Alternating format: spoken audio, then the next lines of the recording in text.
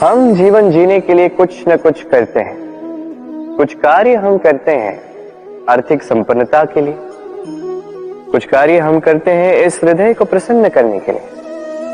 किंतु हम में से अधिकतर लोग ये सोच सोच के चिंता में रहते हैं कि जो कार्य हमने सोचा था वो वैसा नहीं हुआ, या ये कार्य पूर्ण नहीं हुआ।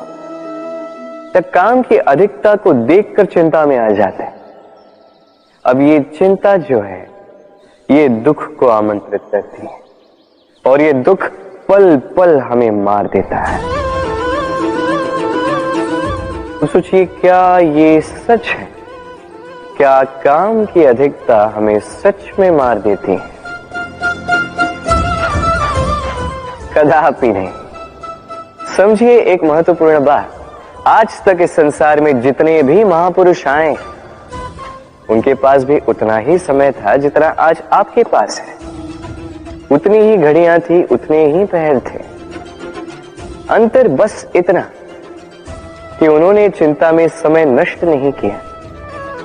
उन्होंने योजना बनाई, उसे कार्यान्वित किया और जीवन में महान से महान कार्य किए, जिसके कारण आज भी हम उन महापुरुषों को स्मरण करते हैं।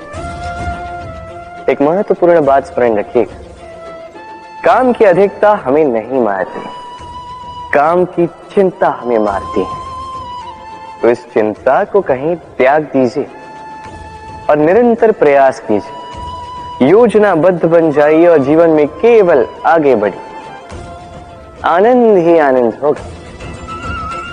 तो थोड़ा सा आनंद निकाल कर मेरे साथ कहिए, राधे राधे। क्षमा,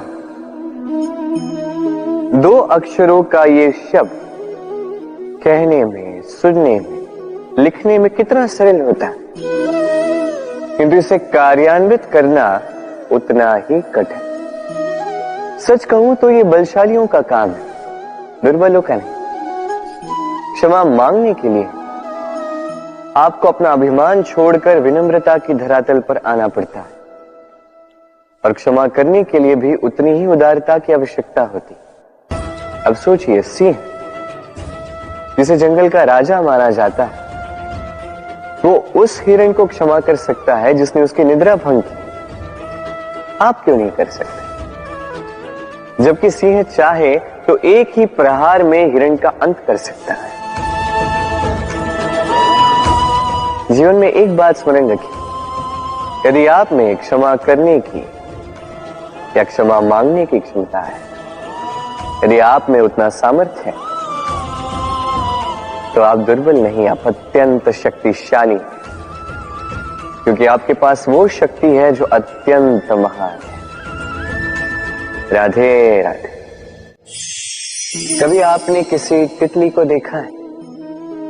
अच्छी तो लगती ही हो। तितली भला किसे नहीं भाती, छोटे हो या बड़े, सभी को लुभाती है ये तितली। अब सोचिए, इस तितली का आरंभ कहां से होता है?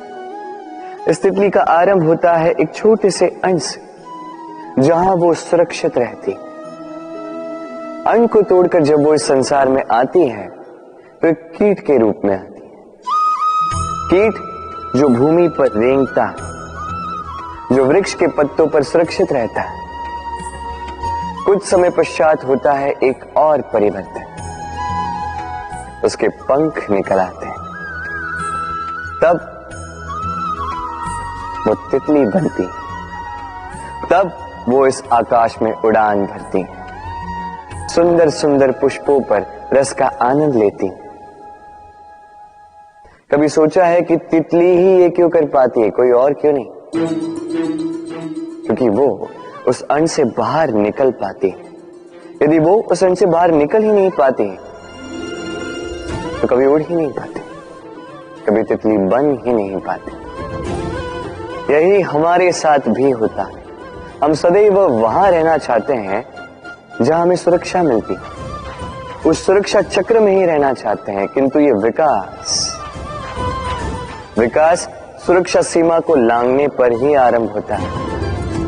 तो यदि आप जीवन में कुछ बड़ा करना चाहते हैं, कुछ महान कार्य करना चाहते हैं, अपना व्यक्तित्व बनाना चाहते हैं, तो इस सुरक्षा चक्र को भूल जाइए। सुरक्षा सीमा को लांघिए, आगे बढ़िए, चुनौतियों का सामना कीजिए, कठिनाइयों का सामना कीजिए, साहस के साथ आगे बढ़िए और शक्तिशाली बनिए। तभी आप जीवन में कुछ कर पाएंगे, तभी आपके भी पंख निकल आएंगे और तभी आप इस सुंदर से आकाश में उड़ान भर पाएंगे। राधे राधे।